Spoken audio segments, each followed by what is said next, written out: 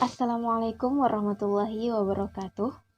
Perkenalkan, nama saya Nur Amalia Khairunisa dengan NIM 1801010300043. Saya dari jurusan Pendidikan Bahasa Inggris angkatan 2018 kelas B. Jadi dalam video kali ini saya akan sedikit membahas tentang komparasi sistem pendidikan di dunia. Yang akan saya bahas di sini adalah tentang sistem pendidikan di Indonesia dengan sistem pendidikan di Australia. Ada dua alasan mengapa saya memilih negara Australia yang saya bandingkan dengan negara kita, negara Indonesia. Yang pertama, yaitu saya sendiri mempunyai keinginan semoga suatu saat nanti saya bisa bersekolah di sana. Karena menurut informasi yang saya dapat, yang pertama, negara di sana sangat paham akan toleransi.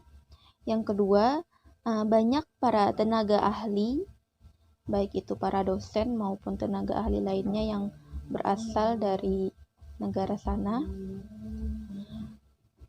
Terus alasan yang kedua itu adalah keanekaragaman, kekayaan alam yang ada di sana, baik flora maupun faunanya. Untuk alasan yang kedua ini mungkin tidak berkaitan ya dengan video kali ini, cuman itu menjadi dua alasan bagi saya mengapa saya mengambil negara Australia untuk saya bahas dalam video kali ini. Baiklah, kita mulai saja. Ada beberapa hal atau beberapa poin yang menjadi pembeda antara sistem pendidikan di Indonesia dengan sistem pendidikan di Australia. Yang pertama, itu adalah jenjang pendidikan. Di Indonesia sendiri, jenjang pendidikan dibagi menjadi tiga bagian. Yang pertama ada jenjang pendidikan dasar atau biasa disebut dengan sekolah dasar. Itu kisaran usianya berkisar dari 6 tahun sampai dengan 12 tahun. Kemudian yang kedua ada jenjang pendidikan menengah. Nah, jenjang pendidikan menengah ini terbagi menjadi dua macam. Yang pertama, jenjang pendidikan menengah pertama yang biasa disingkat dengan SMP, sekolah menengah pertama. Itu biasanya berkisar dari umur 12 tahun sampai dengan 15 tahun. Kemudian yang kedua ada jenjang pendidikan menengah atas atau yang biasa disingkat dengan SMA, sekolah menengah atas. Itu biasanya berkisar dari umur 15 tahun sampai dengan 18 tahun. Kemudian yang ketiga, jenjang pendidikan yang ketiga itu ada jenjang pendidikan tinggi atau dikenal dengan istilah universitas. Nah, sedangkan wajib belajar di Indonesia sendiri itu ada 12 tahun yang terdiri dari sekolah dasar 6 tahun, SMP 3 tahun, dan SMA 3 tahun. Sedangkan di Australia, wajib belajar sendiri itu ada 11 tahun yang dimulai dari umur 6 tahun sampai dengan umur 16 tahun. Jenjang pendidikan di Australia pun terbagi menjadi tiga. Yang pertama ada primary education atau yang disebut dengan istilah pendidikan dasar. Pendidikan dasar di Australia dimulai dari kindergarten hingga umur 12 tahun. Kemudian jenjang pendidikan yang kedua itu adalah secondary education atau sekolah menengah. Nah, itu biasanya dimulai dari umur 13 tahun sampai dengan 17 tahun. Kemudian yang ketiga itu ada tertiary education atau juga disebut dengan pendidikan lanjutan. Tertiary education sendiri terbagi menjadi dua macam, yaitu ada VET atau Vocational Education and Training, atau pendidikan kejuruan, dan yang kedua ada Higher Education Sector atau universitas.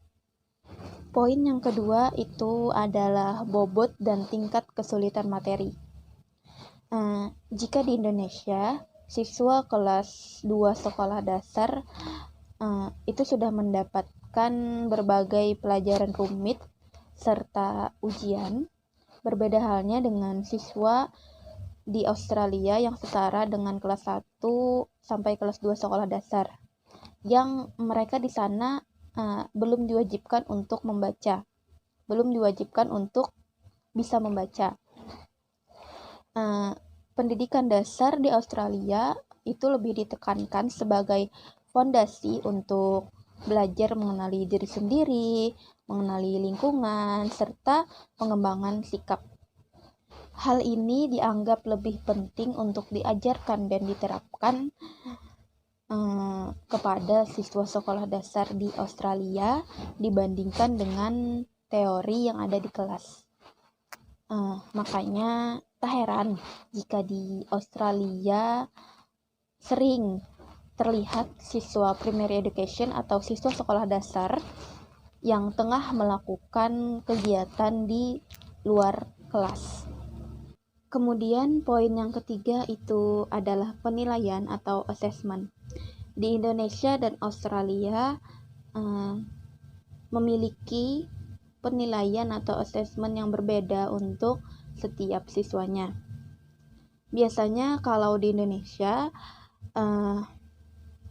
itu diwajibkan menempuh ujian sebagai persyaratan untuk naik kelas atau persyaratan untuk lulus dalam sekolah. Sedangkan di Australia tidak ada siswa yang tidak naik kelas. Tetapi di Australia juga terdapat ujian sebagaimana ujian akhir nasional atau UAN yang disebut dengan NAPLAN, yaitu National Assessment Program Literacy and Numeracy, yaitu tes nasional yang diadakan serentak di Australia untuk kemampuan membaca, menulis, dan menghitung untuk persiapan memasuki Year 10 atau setara dengan kelas 1 SMA. Walaupun dari standar materi Indonesia lebih unggul daripada Australia, tetapi ketika memasuki perkuliahan, tampak negara Indonesia lebih tertinggal dibandingkan negara Australia.